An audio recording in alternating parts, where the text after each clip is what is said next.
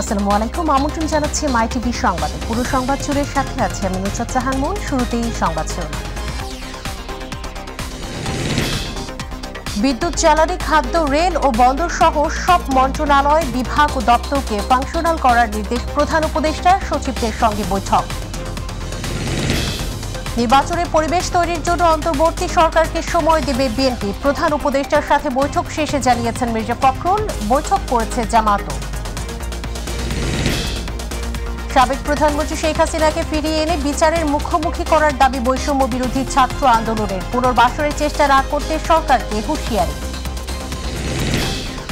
Police স্বাভাবিক কাজ শুরু করলে সেনাবাহিনী ব্যারাকে ফিরবে, জানিয়েছেন সেনা প্রধান। আইনশৃঙ্খলা পরিস্থিতি দ্রুত উন্নতি আশাব্যঞ্জক। এবং 7 দিনের মধ্যে লুট করা অস্ত্র থানায় জমা দেওয়ার নির্দেশ স্বরাষ্ট্র উপদেষ্টার। আওয়ামী লীগকে দল পুনর্গঠনের আহ্বান। বিশৃঙ্খলার চেষ্টার পরিণতি ভালো হবে না।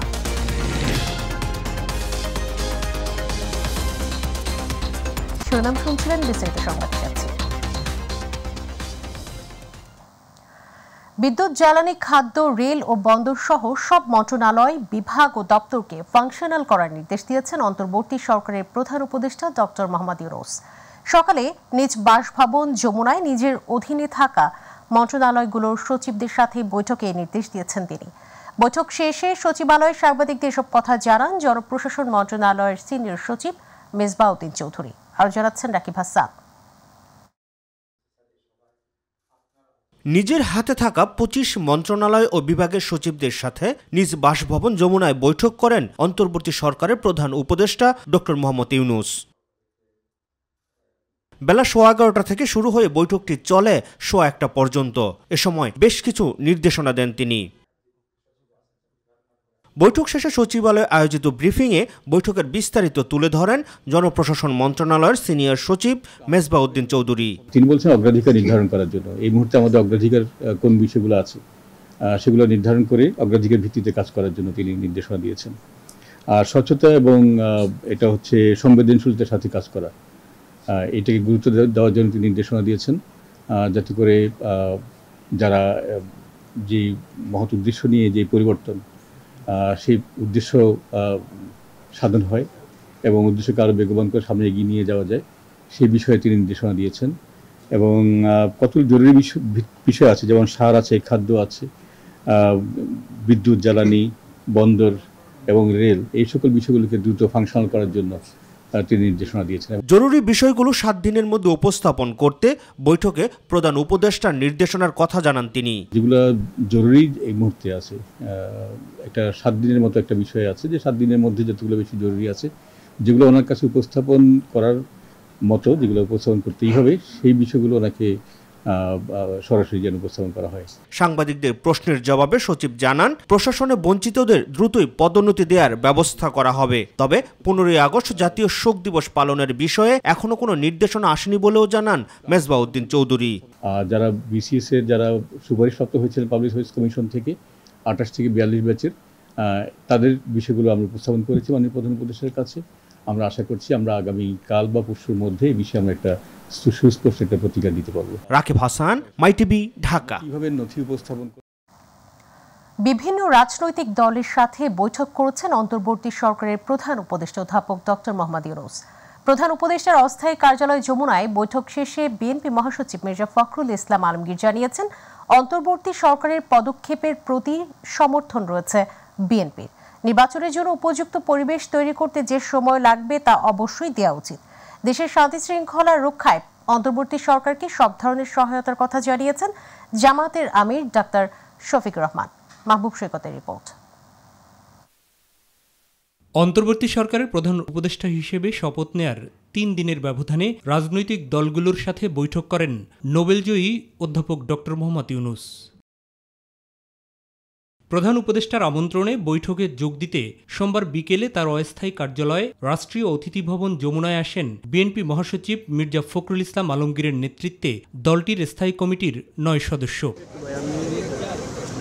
এর পরপরই যমুনায় প্রবেশ করেন বাংলাদেশ জামাত ইসলামীর আমিরসহ দলটির শীর্ষ নেতারা। ঘণ্টাব্যাপী বৈঠক শেষে বের হয়ে গণমাধ্যমের মুখোমুখি হন বিএনপি মহাসচিব। এখন আমরা মনে করি যে সরকারকে সহায়তা করা এটা প্রতিটি দেশপ্রেমিক মানুষ মানতে পারবে। আজকে দুর্ভাগ্যজনকভাবে সেই মহলটি যারা বাংলাদেশের অধিকারকে হরণ করে নিয়েছিল তারা আবার বাইরে থেকে বিদেশ থেকে এখান থেকে পালিয়ে গিয়ে ভারতে অবস্থান নিয়ে সেখান থেকে বাংলাদেশের যে বিজয় অর্জন হয়েছে জনগণের সেই বিজয়কে নস্যাৎ করার জন্য আবার চক্রান্ত শুরু করেছে। আওয়ামী লীগ আবারও দেশের মানুষের বিরুদ্ধে অবস্থান নিচ্ছে অভিযোগ করে তাদের বিরুদ্ধে ব্যবস্থা নেয়ার কথাও বিএনপির পক্ষ থেকে জানানো হয়েছে বলে জানান মির্জা ফখরুল ইসলাম আলমগীর। মাইনরিটির ওপরে অত্যাচার নির্যাতনের যে একটা গল্প ফাঁদা হয়েছে সেই গল্পটা পুরোপুরিভাবে উদ্দেশ্যমূলক এবং বাংলাদেশকে মেলাইন করা, এই সরকারকে মেলাইন করা, ছাত্র জনতার আন্দোলনকে একেবারে নস্যাৎ করে দেওয়ার আরেকটি চক্রান্ত। খুবই দুর্ভাগ্যজনক যে এত হত্যা, এত নির্যাতন, এত নিপীড়ন এবং এতগুলো ছাত্রীকে হত্যা করা, শিশুকে হত্যা করার পরেও সেই দলটি আবারও তারা বিভিন্ন রকমভাবে কথা বলছে যা বাংলাদেশের মানুষের স্বার্থের বিরুদ্ধে। আমরা মনে করি যে এই সরকারের এই বিষয়ে পদক্ষেপ নেওয়া দরকার। পরবর্তী নির্বাচনের দিনক্ষণের বিষয়েও বিএনপির দৃষ্টিভঙ্গি জানান তিনি। জানেন যে তার একটা নির্দিষ্ট সময় লাগবেই এই আপনার যে নির্বাচনের জন্য উপযুক্ত পরিবেশ তৈরি করতে, আমরা তাদেরকে সেই সময়টি অবশ্যই দিয়েছি। আলাদাভাবে বৈঠকের পর যমুনা থেকে বের হয়ে কথা বলেন বাংলাদেশ জামায়াত ইসলামের আমির। দেশ আমাদের সবার, দেশ বেঁচে থাকলে ভালো থাকলে আমরা সবাই বেঁচে থাকবো এবং ভালো থাকবো। এই ক্ষেত্রে সমাজের সকল সেকশনের মানুষ আমরা যদি সমবেতভাবে কাজ করি, ইতিবাচক মনোভাব নিয়ে পরস্পরকে সহযোগিতা করি, এখন যারা দায়িত্বে এসেছেন তাদেরকে সহযোগিতা করি, তাহলে দেশ একটা শৃঙ্খলা এবং সৌন্দর্যের ভিতরে আসবে আমরা আশা করি। রাজনৈতিক দলের সাথে বৈঠকের অংশ হিসেবে এরপর এবি পার্টি, ইসলামী আন্দোলন ও গণ অধিকার পরিষদের দুই অংশের সাথেও যৌথ বৈঠক করেছেন অন্তর্বর্তী সরকারের প্রধান উপদেষ্টা অধ্যাপক ডক্টর মোহাম্মদ ইউনূস। মাহবুব সৈকত, মাইটিভি, ঢাকা। এদিকে ষড়যন্ত্রকারীদের প্রতি বিপ্লবের যে কোনো চক্রান্ত জনগণ রুখিয়ে দেবে বলে মন্তব্য করেছেন বিএনপি মহাসচিব মির্জা ফখরুল ইসলাম আলমগীর। সকালে রাজধানীর বনানী কবরস্থানে বিএনপির প্রতিষ্ঠাতা জিয়াউর রহমান ও চেয়ারপারসন খালেদা জিয়ার ছোট ছেলে আরফাত রহমান কোকোর ৫৫তম জন্মদিন উপলক্ষে তার কবরে ফাতেহা পাঠ ও দোয়া শেষে সাংবাদিকদের সামনে এ মন্তব্য করেন তিনি। আমি অনুরোধ করব ইন্টারিম গভর্নমেন্টকে যে অতি দ্রুত নির্বাচনের জন্য একটা ক্ষেত্র তৈরি করা এবং সমস্ত বিপদগুলোকে কাটিয়ে সত্যিকার অর্থেই একটা মুক্ত বাংলাদেশ নির্মাণ করার জন্য যত তাড়াতাড়ি সম্ভব তারা একটা নির্বাচনের ব্যবস্থা করবেন। সাবেক প্রধানমন্ত্রী ও আওয়ামী লীগ সভাপতি শেখ হাসিনাকে দেশে ফিরিয়ে এনে তার বিরুদ্ধে গণহত্যার অভিযোগে আন্তর্জাতিক অপরাধ ট্রাইব্যুনালে বিচারের জন্য মামলা দায়েরের দাবি জানিয়েছে বৈষম্য বিরোধী ছাত্র আন্দোলন। বিকেলে ঢাকা বিশ্ববিদ্যালয়ে এক সমাবেশে বক্তারা হুঁশিয়ারি দিয়ে জানান, আওয়ামী লীগকে পুনর্বাসনের উদ্যোগ নিলে গণভবনের মতো অবস্থা হবে। এসএমআরএফের রিপোর্ট। সাবেক প্রধানমন্ত্রী শেখ হাসিনার বিচারের দাবিতে রাজু ভাস্কর্যে বিক্ষোভ সমাবেশ করে বৈষম্য বিরোধী ছাত্র আন্দোলন। সমাবেশে আওয়ামী লীগকে পুনর্বাসনের কোনো সুযোগ দেওয়া হবে না বলে হুঁশিয়ারি দেন সমন্বয়করা। যারা খুনি হাসিনাকে পুনর্বাসনের মতো বক্তব্য দিতে চায়, আমরা ছাত্র জাতিভাবে তাদেরকে উপদেষ্টা বানিয়েছি। ঠিক একইভাবে গদি থেকে বাংলাদেশের ছাত্র নাগরিক যখন এক হয়েছে তখন আপনাদের এসব কুকুরের মতো লেজ গুটিয়ে পালাবে। এ সময় গণমাধ্যমের ভূমিকা নিয়েও প্রশ্ন তোলেন তারা। ফ্যাসিজমকে উৎখাত করতে গণমাধ্যমের ভূমিকা অনস্বীকার্য, কিন্তু আমরা দেখতে পাচ্ছি কিছু কিছু গণমাধ্যম খুনিদের পুনর্বাসনের ষড়যন্ত্র লিপ্ত হচ্ছে। আমরা আপনাদেরকে হুঁশিয়ার করে দিতে চাই, আমরা আপনাদেরকে আহ্বান করতে চাই, আপনারা জনতার কাতারে নেমে আসুন। সমাবেশে শেখ হাসিনার বিরুদ্ধে আন্তর্জাতিক অপরাধ ট্রাইব্যুনালে বিচারের জন্য মামলা দায়েরের দাবি জানায় বৈষম্য বিরোধী ছাত্র আন্দোলন। উনি হাসিনাকে প্রধান আসামি করে এবং এই ফ্যাসিজমকে যারা এতদিন পর্যন্ত যারা এই ফ্যাসিজমের যারা হচ্ছে বেনিফিশিয়ারি ছিল তাদেরকে আসামি করে আন্তর্জাতিক অপরাধ ট্রাইব্যুনালে মামলা দায়ের করতে হবে। যখনই প্রয়োজন হবে আমরা ডাকবো আপনাদেরকে, আপনাদের রাস্তায় নেমে আসতে হবে। SM Arif, MyTV, Dhaka. সেনাপ্রধান জেনারেল ওয়াকারুজ্জামান বলেছেন, দেশে যে সমস্ত জায়গায় লুটপাট হচ্ছে সেই সমস্ত জায়গায় নিরাপত্তা দেওয়ার জন্য সেনাবাহিনী কাজ করে যাচ্ছে। পুলিশ ফোর্সের সম্পূর্ণ কর্মকাণ্ড চালু করার জন্য সার্বিকভাবে নিরাপত্তায় কাজ করবে সেনাবাহিনী। পুলিশ স্বাভাবিকভাবে কাজ শুরু করলে সেনাবাহিনী ব্যারাকে ফিরবে। খুলনা শহীদ শেখ আবু নাসের স্টেডিয়ামে প্রেস ব্রিফিংয়ে এসব কথা বলেন তিনি। সেনাপ্রধান আরও বলেন, পুলিশ স্বাভাবিক কার্যক্রম শুরু করলে ব্যারাকে ফেরত যাবে সেনাবাহিনীর সদস্যরা, তবে যারা অপকর্ম করেছে তাদের বিরুদ্ধে আইন অনুযায়ী ব্যবস্থা নেওয়া হবে। বর্তমানে আইনশৃঙ্খলা পরিস্থিতির উন্নতি আশাব্যঞ্জক বলেও উল্লেখ করেন তিনি।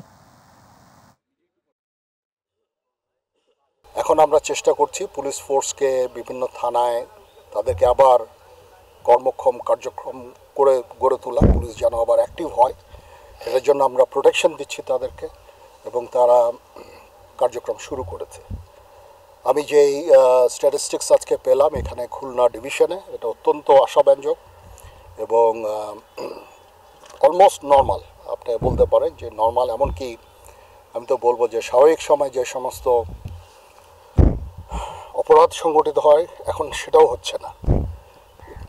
বাট মানে আত্মতুষ্টির কোনো কারণ নাই, আমাদেরকে আরও ভালোভাবে কাজ করতে হবে এবং পুলিশকে আরও সংগঠিত করতে হবে। 19 আগস্টের মধ্যে লুট করা অস্ত্র থানায় জমা দেওয়ার নির্দেশ দিয়েছেন স্বরাষ্ট্র উপদেষ্টা ব্রিগেডিয়ার জেনারেল অবসরপ্রাপ্ত ডক্টর এম শাকওয়াত হোসেন। তারপরও কারো কাছে অস্ত্র পাওয়া গেলে কঠোর ব্যবস্থা নেওয়া হবে বলে জানান তিনি। সকালে সিএমএইচে আহত আনসার সদস্যদের চিকিৎসার খোঁজ খবর নেয়ার পর তিনি সাংবাদিকদের এই কথা জানান। বেসামরিক নাগরিকদের হাতে অস্ত্র কিভাবে গেল তার তদন্ত করা হবে বলেও জানিয়েছেন তিনি। এসব আওয়ামী লীগের উদ্দেশ্যে স্বরাষ্ট্র উপদেষ্টা বলেন, দল পুনর্গঠনে কোনো সমস্যা নেই, তবে বিশৃঙ্খলার চেষ্টা করলে পরিণতি ভালো হবে না। যাদের হাতে এই আনঅথরাইজড ওয়েপন আছে আগামী 7 দিনের মধ্যে তারা নির্দিষ্ট থানায় জমা দেবেন। যদি জমা না দেন তাহলে দুইটা চার্জ লাগবে। একটা হচ্ছে অবৈধ ওয়েপন আর একটা হচ্ছে সরকারি নিষিদ্ধ ওয়েপন আপনাদের হাতে। সেটার জন্য আন্তর্জাতিক আদালতও যাওয়া যেতে পারে যে এত কোথা থেকে পেয়েছেন। সাবেক প্রধানমন্ত্রী শেখ হাসিনা দীর্ঘদিন ভারতে আশ্রয় নিলেও ঢাকা দিল্লি কূটনৈতিক সম্পর্কে চির ধরবে না বলে জানিয়েছেন অন্তর্বর্তীকালীন সরকারের পররাষ্ট্র উপদেষ্টা মোহাম্মদ তৌহিদ হোসেন। দুপুরে রাষ্ট্রীয় অতিথি ভবন পদ্মায় ভারত, যুক্তরাজ্য, যুক্তরাষ্ট্র, চীন, রাশিয়া, কানাডা, ইইউ সহ 7টি দেশ ও আন্তর্জাতিক সংস্থার প্রতিনিধিদের সাথে বৈঠক শেষে সাংবাদিকদের তিনি কথা জানান। তিনি বলেন, দেশের পরিস্থিতি বাইরের কারো নিয়ন্ত্রণে নেই। উপদেষ্টা পরিষদে দায়িত্বপ্রাপ্তরাই দেশের জন্য কাজ করছেন। বিস্তারিত আমিনা হীরা রিপোর্টে। দুপুরে রাষ্ট্রীয় অতিথি ভবন পদ্মায় অন্তর্বর্তী সরকারের দায়িত্ব নেয়ার পর দেশের সার্বিক পরিস্থিতি বিদেশি কূটনৈতিকদের তুলে ধরেন পররাষ্ট্র উপদেষ্টা তৌহিদ হোসেন। ব্রিফিংয়ে ভারত, যুক্তরাজ্য, যুক্তরাষ্ট্র, চীন, রাশিয়া, কানাডা, ইইউ সহ প্রায় 60টি দেশ ও আন্তর্জাতিক সংস্থার প্রতিনিধিরা অংশ নেন। পরে সাংবাদিকদের জানান, বাংলাদেশের অভ্যন্তরীণ বিষয়ে মাথা ঘামান না তারা।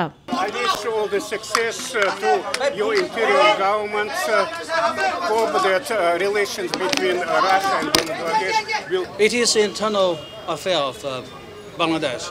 Our policies, we don't interfere in any others' internal affairs, and we welcome the formation of this interim government. Listen to the voice of the young people. I think that's extremely important. Don't go to the past, because you'll find many obstacles and challenges if you turn to the other side. Look ahead for the future. এদিকে বৈঠক শেষে পররাষ্ট্র উপদেষ্টা তৌহিদ হোসেন বলেন, বাংলাদেশের মানবাধিকার নিয়ে অনেক দেশের পর্যবেক্ষণ আছে, সামনে মানবাধিকার বিষয়ে গুরুত্ব দেয়া হবে। হিউম্যান রাইটস তাদের অনেকের কনসার্ন। আমরা বলেছি যে হিউম্যান রাইটস ডিসক্রিমিনেশন না থাকার অন্যতম এলিমেন্ট তো হচ্ছে হিউম্যান রাইটস। কারণ হিউম্যান রাইটস আপনি যদি আমাকে আমার হিউম্যান রাইটস ভায়োলেট করেন, আমাকে তো ডিসক্রিমিনেট করছেন অন্য আরেকজনের তুলনায়। তো এটা পাশাপাশি হিউম্যান রাইটস নিয়ে কাজ করেন যারা, তাদের বেশ কিছু প্রতিনিধি আছে আমাদের সেই কাউন্সিলে অফ অ্যাডভাইজার্সে, সেটাও আমি তাদেরকে বলেছি। বর্তমানে দেশের নিয়ন্ত্রণ কার কাছে রয়েছে এমন প্রশ্নে পররাষ্ট্র উপদেষ্টা দাবি করেন, দেশের পরিস্থিতি বাইরের কারো নিয়ন্ত্রণে নেই। একই সাথে ঢাকা দিল্লি দ্বিপাক্ষিক সম্পর্ক অব্যাহত থাকবে বলেও বলেন তিনি। একজন যদি কোনো এক দেশে গিয়ে থাকে তাতে করে সেই দেশের সাথে সম্পর্ক নষ্ট হবে কেন? তাতে কোনো কারণ নেই। তাই না? বাইলেটারাল সম্পর্ক অনেক বড় বিষয়, এটা স্বার্থের সম্পর্ক। যে কাউন্সিল আছে আমি অ্যাসিওর করতে পারি এর মধ্যে কেউ অন্য কারোর জন্য বিট করছে না, সবাই বাংলাদেশের জন্য বিট করছে। আগামীতে সকল দেশকে বন্ধু হিসাবে পাবে বাংলাদেশ, এমনটাই প্রত্যাশা করেন পররাষ্ট্র উপদেষ্টা তৌহিদ হোসেন। যেটুকু প্রয়োজন পড়বে সময় সেটুকু আমরা থাকতে হবে। আমেনা হীরা, মাই টিভি, ঢাকা। কিছু কেউ করে দিতে পারে। আইসিটি সেক্টরে কোনো ধরনের দুর্নীতি বা অবহেলার সুযোগ নেই বলে মন্তব্য করেছেন তথ্য প্রযুক্তি উপদেষ্টা নাহিদ ইসলাম। সকালে আগারগাঁয়ে আইসিটি ভবনে তিনি কথা বলেন। ইন্টারনেট কেন বন্ধ ছিল এই বিষয়ে আজ রিপোর্ট পাওয়া যাবে উল্লেখ করে তিনি বলেন, এ ঘটনায় সাবেক প্রতিমন্ত্রী সহ যারা জড়িত ছিলেন তাদের বিরুদ্ধে ব্যবস্থা নেওয়া হবে। আজকে হয়তো একটা প্রাথমিক আমরা তদন্ত রিপোর্ট, যেহেতু 24 ঘন্টার সময় দিয়েছি, এটার উপর নির্ভর করে হয়তো পুনরায় তো যদি তদন্ত করা লাগে বিস্তারিতভাবে সেটি করা হবে এবং অবশ্যই এই প্রক্রিয়ায় সরকারের লোক, মন্ত্রী বা অন্য কোনো সংস্থার লোক যদি যুক্ত হয় তাদের বিরুদ্ধে অবশ্যই বিচার করা হবে, কারণ এটি মানুষের একটি মানবাধিকারের বিষয়, তথ্যর প্রবাহর অবাধ নিশ্চিত থাকা এবং ইন্টারনেট ব্যবহার করা। তো যারা এটি করেছে, বন্ধ করে দিয়েছে, তারা মানবাধিকার লঙ্ঘন করেছে এবং এটি বন্ধ করে শত শত মানুষকে কিন্তু হত্যা করা হয়েছে। তো অবশ্যই এই প্রক্রিয়ার সাথে যারা জড়িত তাদেরকে বিচারের আওতায় আনা হবে। ন্যায় বিচারের নামে বিগত দিনে বিচারহীনতা ও দমন পীড়ন করা হয়েছে বলে মন্তব্য করেছেন নবনিযুক্ত প্রধান বিচারপতি সৈয়দ রেফাত আহমেদ। সকালে দেশের 25তম প্রধান বিচারপতি সৈয়দ রেফাত আহমেদকে রীতি অনুযায়ী সংবর্ধনা দেয় অ্যাটর্নি জেনারেল কার্যালয় ও সুপ্রিম কোর্ট আইনজীবী সমিতি। পরে তিনি এই কথা বলেন। এ সময় ছাত্র জনতার অভ্যুত্থানে নিহতদের কথা স্মরণ করেন প্রধান বিচারপতি। পরে অ্যাটর্নি জেনারেল মোহাম্মদ আসাদুজ্জামান সাংবাদিকদের জানিয়েছেন, বিচার বিভাগের সিন্ডিকেট না ভাঙলে ন্যায় বিচার নিশ্চিত করা সম্ভব নয়। এ সময় প্রধান বিচারপতি নিয়োগের পেছনে ছাত্রদের রক্তে ভেজা ইতিহাস রয়েছে উল্লেখ করে নবনিযুক্ত বিচারপতির কাছে সিন্ডিকেট মুক্ত বিচার বিভাগ ও জাতির জন্য ন্যায় বিচারের প্রত্যাশা করেন অ্যাটর্নি জেনারেল।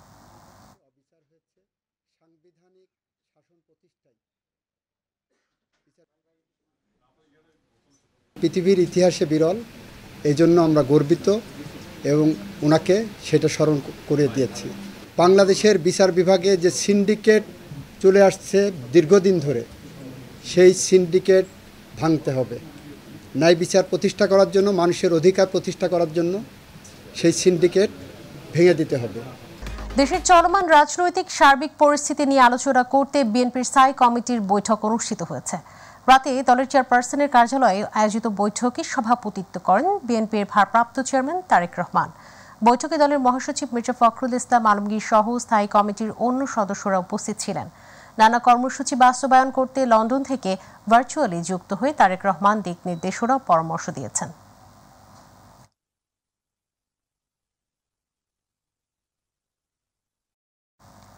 সাবেক তথ্য প্রতিমন্ত্রী মোহাম্মদ আলী আরাফাত ও তার স্ত্রী নামে থাকা ব্যাংক হিসাব জব্দের নির্দেশ দিয়েছে Bangladesh financial intelligence unit BFIU। একই সঙ্গে তাদের হিসাবের সব তথ্য চেয়েছে সংস্থাটি। BFIUর পক্ষ থেকে ব্যাংক আর্থিক প্রতিষ্ঠানে পাঠানো চিঠিতে বলা হয়েছে, মোহাম্মদ আলী আরাফাত ও তার স্ত্রী শারমিন মুশতারির ব্যক্তিগত ও ব্যবসায়িক অ্যাকাউন্টের মাধ্যমে সব ধরনের টাকা তোলা বন্ধ থাকবে।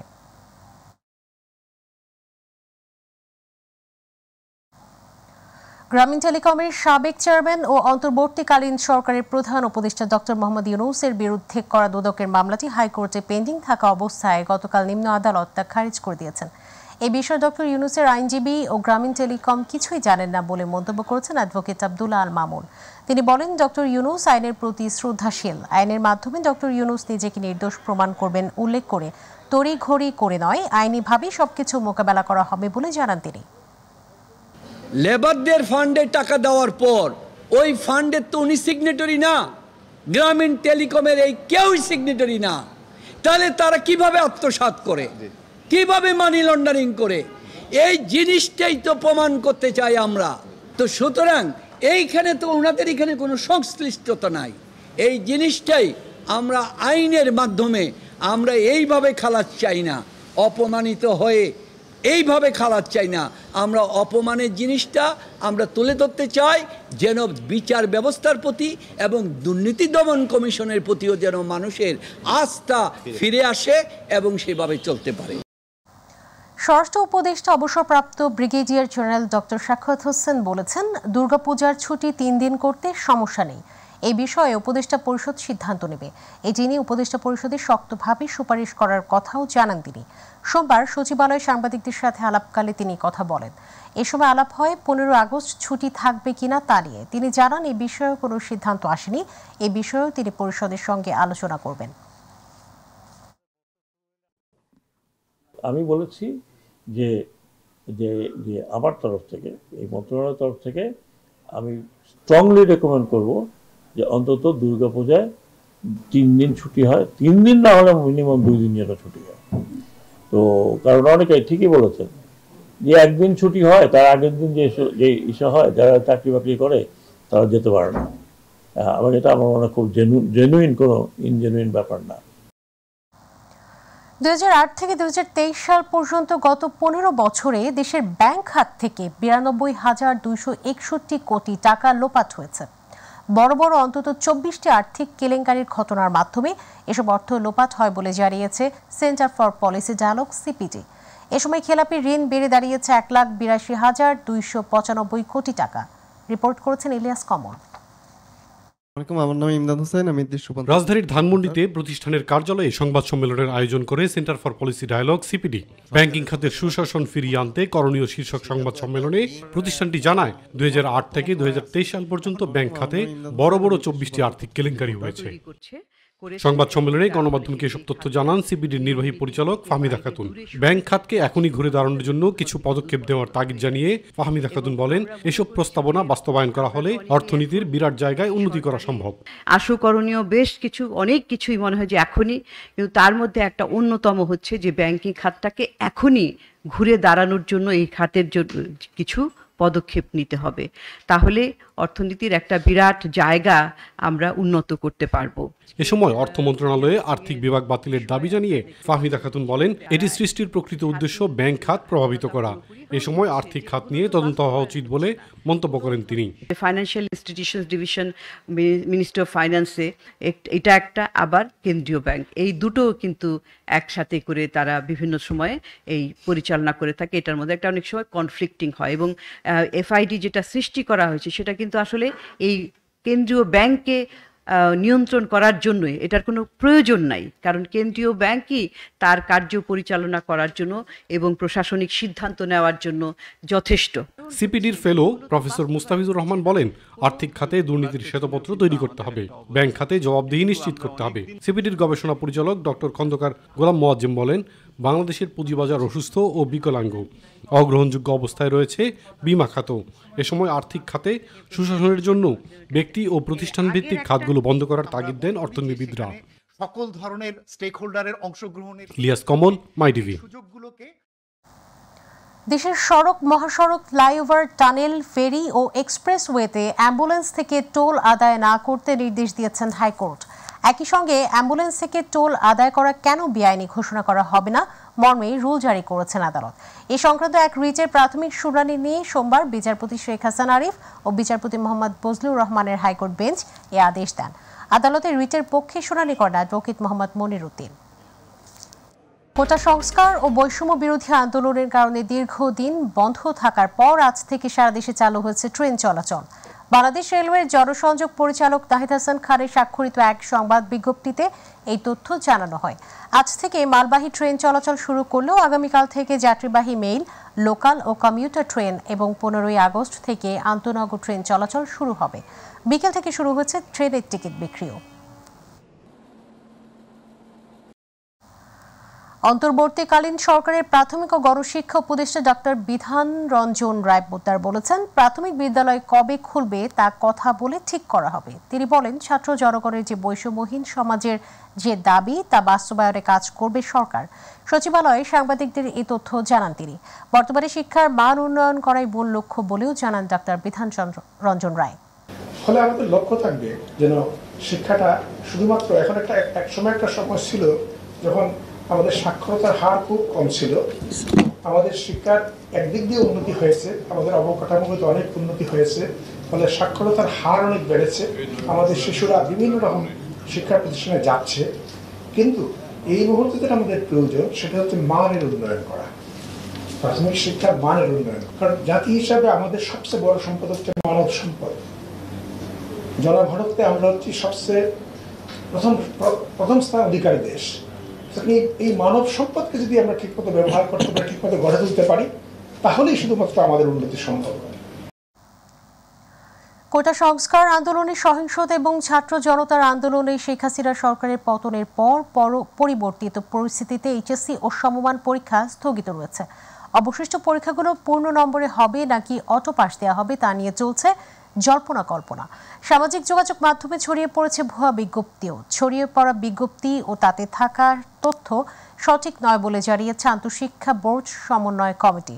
তাতে বলা হচ্ছে স্থগিত পরীক্ষাগুলো পূর্ণ নম্বরে অনুষ্ঠিত হবে। তাছাড়া শীঘ্রই এসব পরীক্ষার সংশোধিত সময়সূচি প্রকাশ করা হবে। সোমবার কমিটির সভাপতি এবং ঢাকা মাধ্যমিক উচ্চ মাধ্যমিক শিক্ষা বোর্ডের চেয়ারম্যান অধ্যাপক তপন কুমার সরকারের সই করা জরুরি বিজ্ঞপ্তিতে এই তথ্য জানানো হয়। কোটা সংস্কার আন্দোলন ঘিরে হত্যাকাণ্ডের প্রতিবাদে সংযুক্ত আরব আমিরাতে প্রতিবাদ জানিয়েছিলেন প্রবাসী বাংলাদেশিরা। এ কারণে 17 জন বাংলাদেশিকে বিভিন্ন মেয়াদে কারাদণ্ড দিয়েছে দেশটির আদালত। এবার তাদের মুক্তির বিষয়ে কাজ করতে আইনজীবী অলুরা আফরিনকে নিয়োগ দিয়েছে অন্তর্বর্তী সরকার। সোমবার মিশন চিফ মোহাম্মদ মিজানুর রহমান স্বাক্ষরিত এক নোটিশের মাধ্যমে এই তথ্য জানা যায়। এই বিষয়ে আইনজীবী অলুরা আফরিনকে সাহায্য করবে সংযুক্ত আমিরাতের বাংলাদেশি অ্যাম্বাসি। এর আগে ফাউন্ডেশন ফর ল অ্যান্ড ডেভেলপমেন্টের পক্ষ থেকে জানানো হয়, কারাদণ্ডপ্রাপ্ত 57 জন বাংলাদেশি শ্রমিককে আইনি সহায়তা দিচ্ছে তারা। এর সাথে সংবাদের শেষ প্রান্তে আমরা শিরোনাম জানাচ্ছি আরও একবার। বিদ্যুৎ, জ্বালানি, খাদ্য, রেল ও বন্দর সহ সব মন্ত্রণালয়, বিভাগ ও দপ্তরকে ফাংশনাল করার নির্দেশ প্রধান উপদেষ্টার, সচিবদের সঙ্গে বৈঠক। নির্বাচনের পরিবেশ তৈরির জন্য অন্তর্বর্তী সরকারকে সময় দেবে বিএনপি, প্রধান উপদেষ্টার সাথে বৈঠক শেষে জানিয়েছেন মির্জা ফখরুল। বৈঠক করেছে জামায়াত। সাবেক প্রধানমন্ত্রী শেখ হাসিনাকে ফিরিয়ে এনে বিচারের মুখোমুখি করার দাবি বৈষম্য বিরোধী ছাত্র আন্দোলনের। পুনর্বাসনের চেষ্টা না করতে সরকারকে হুঁশিয়ারি। পুলিশ স্বাভাবিক কাজ শুরু করলে সেনাবাহিনী ব্যারাকে ফিরবে জানিয়েছেন সেনাপ্রধান। আইন শৃঙ্খলা পরিস্থিতির দ্রুত উন্নতি আশাব্যঞ্জক। এবং 7 দিনের মধ্যে লুট করা অস্ত্র থানায় জমা দেওয়ার নির্দেশ স্বরাষ্ট্র উপদেষ্টার। আওয়ামী লীগকে দল পুনর্গঠনের আহ্বান, বিশৃঙ্খলার চেষ্টার পরিণতি ভালো হবে না।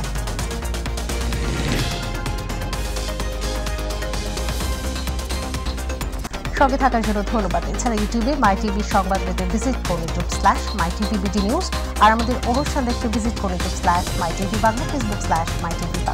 পরবর্তী সংবাদ দেখার আমন্ত্রণ জানিয়ে বিদায় নিচ্ছি। আল্লাহ হাফেজ।